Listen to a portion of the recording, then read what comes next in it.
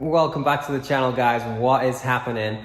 First of all, big shout out to Lando Norris. He came second today in the Formula One British Grand Prix at Silverstone, so big shout out to him. I'm from England, that's where I grew up, so always good to see the Brits going well. Lewis Hamilton finished third. He was down in ninth at one point, so another good result for another Brit in that one. It is 17 days until Wolfscott, so still got a bunch to do on the Rabbit here. It's been a few days since I've had a chance to work on this, so getting back on it today in this episode. I really have 4 things that I need to get done with the Rabbit. The first thing is the axles. I gotta figure those out. I gotta figure out the brakes. I've got cooling with the radiator and the coolant hoses, and I need to button up the wiring to get that running. But in this episode, I want to crack on with the axles. So let's head over to the bench here and show you what I'm working with. So I've got the axles. These are brand new custom axles from S&P Automotive again. They are what they sell for the VR6 swap.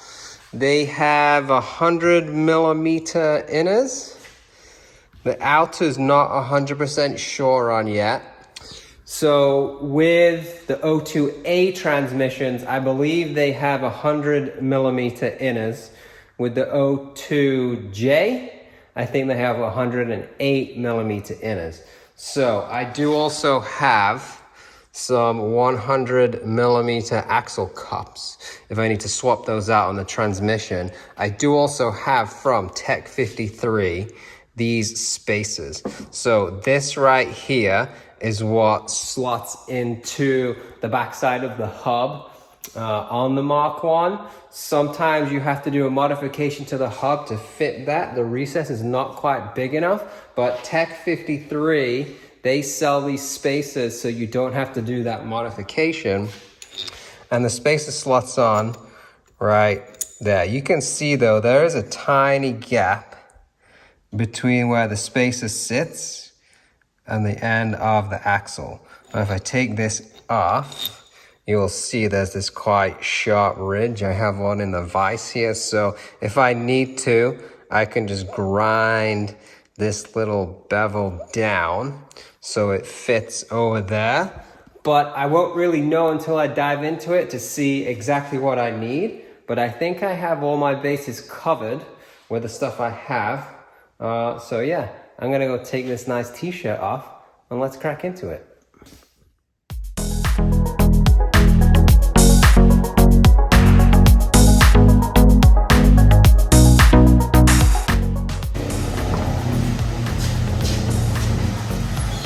So you can see what I'm doing here is just putting some grease in the CV joint. Easiest way to do it is just kind of spread it around like this and then take the joint and just kind of rock it back and forth side to side to get the grease worked in. You can never use too much of this stuff. They give you a whole tube per axle, so I'm going to use the whole thing. Also going to put some in the axle cup on the car as well. This also comes down too, so I'm going to flip this over, put some on the backside.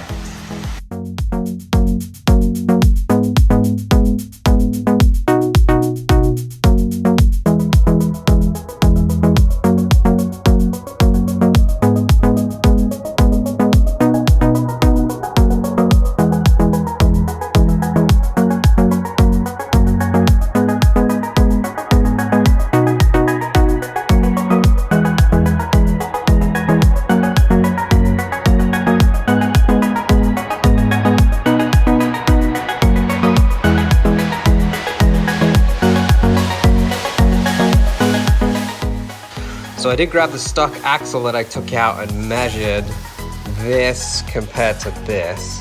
And they are the same right here and here. You can see they have a slightly different profile though. This one has this ridge. This one doesn't, it's straight. But the overall profile is the same. So those little spaces that I got right here, we will see if I need those. So let's start on the driver's side. Let's try and get this axle in, see if we need these spacers, and fingers crossed we don't.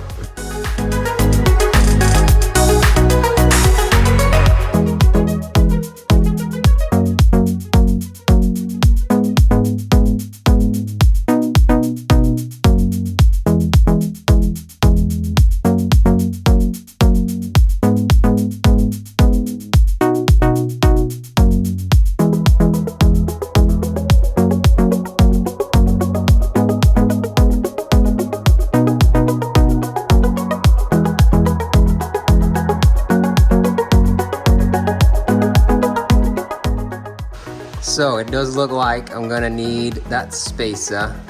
If you see, if I push that all the way in, you can see right here, it's touching. You can see it better at the bottom right now. But if I just back the axle out just a hair, you can see it has clearance. So, looks like I'm gonna have to use those spacers from Tech 53. So let's go back over to the bench, get the grinder out, see if we can modify those to work.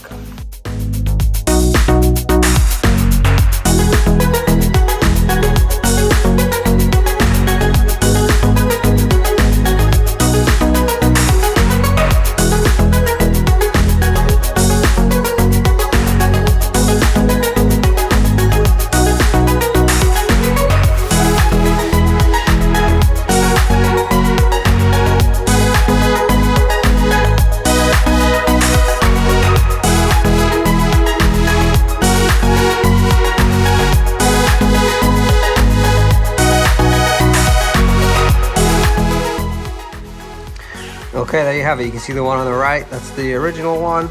Got this quite aggressive 45-degree bevel on it. So just using the Dremel with a little circular sanding bit. Just knock that down just a little bit. Took a couple of millimeters off it. If I put the unmodified one on it, you can see there's just a little smallest of gap. And if I swap this out for my modified one, you can see right on, no gap. So let's take this back over to the car, see if it works.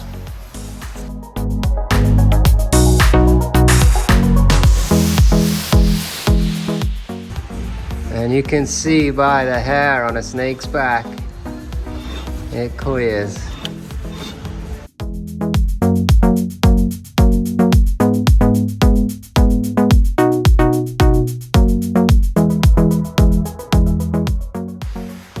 Well, boys and girls, don't do what I did and let the CV joint fall apart.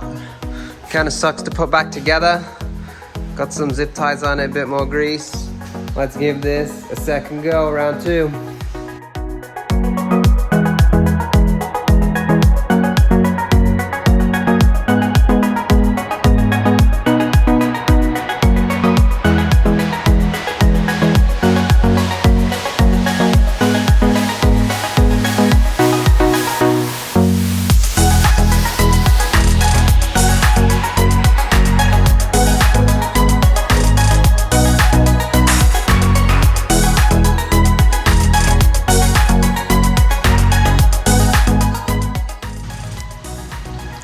Okay, so I'm considering this side done.